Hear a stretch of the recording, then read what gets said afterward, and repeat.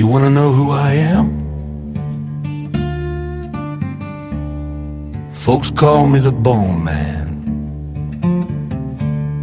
Ain't my real name, but it's the one that stuck.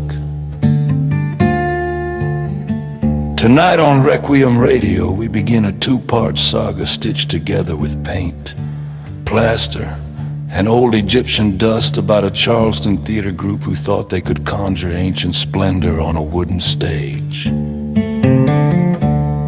Only to find that some spirits don't take kindly to being used for decoration. This is part one of the mummy of Aida. And trust me, friend, by the end of this act, you'll hear a linen rustle in the dark.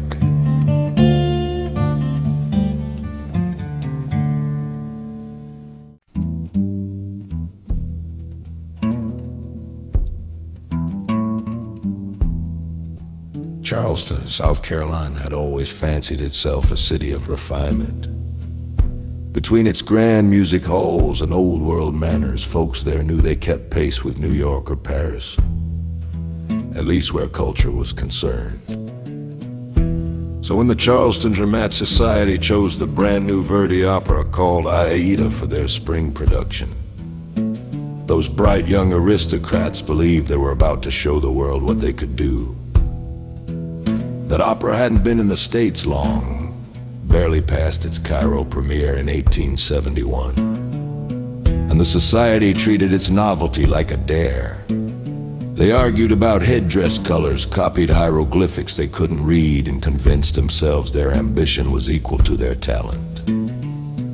After all, Charleston had hosted the first opera ever performed in America in 1735. Why shouldn't the first great Aida bloom there too?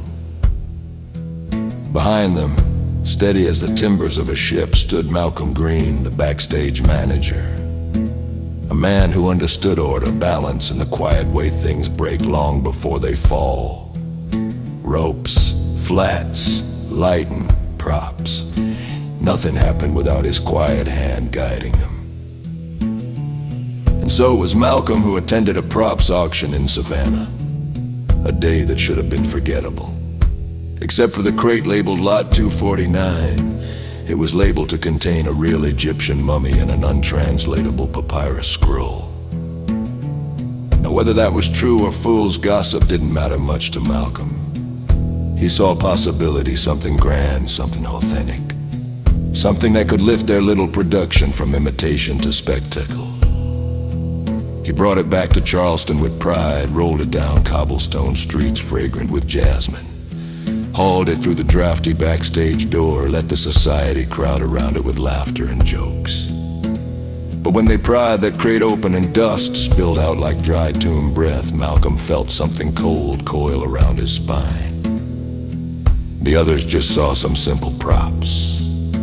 But Malcolm heard a hiss, soft, thin, almost too faint to notice.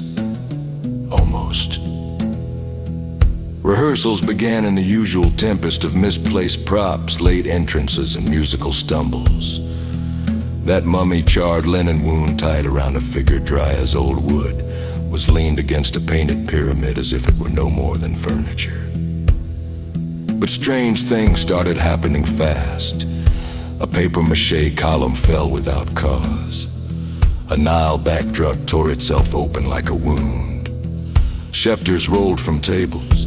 A lute played a single plucked note as though an unseen hand had tested the tension of the string.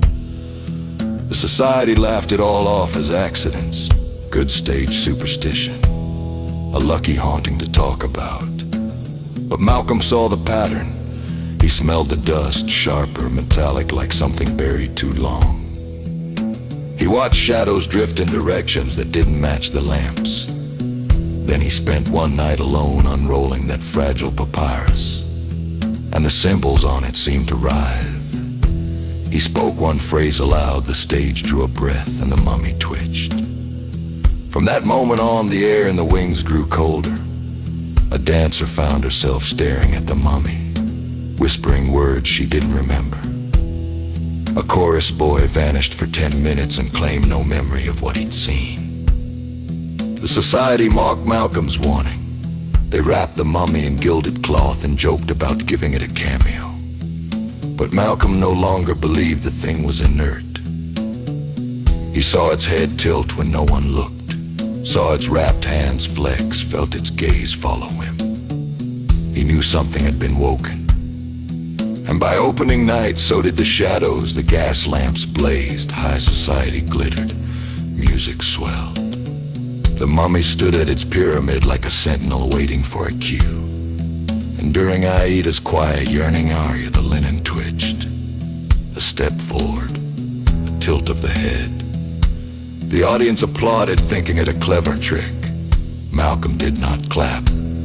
He pressed back into wings, breath locked in his chest, every instinct screaming at him that the ancient thing was tasting life again. But the true awakening was still coming. And when it rose, fully, Charleston would drown in blood.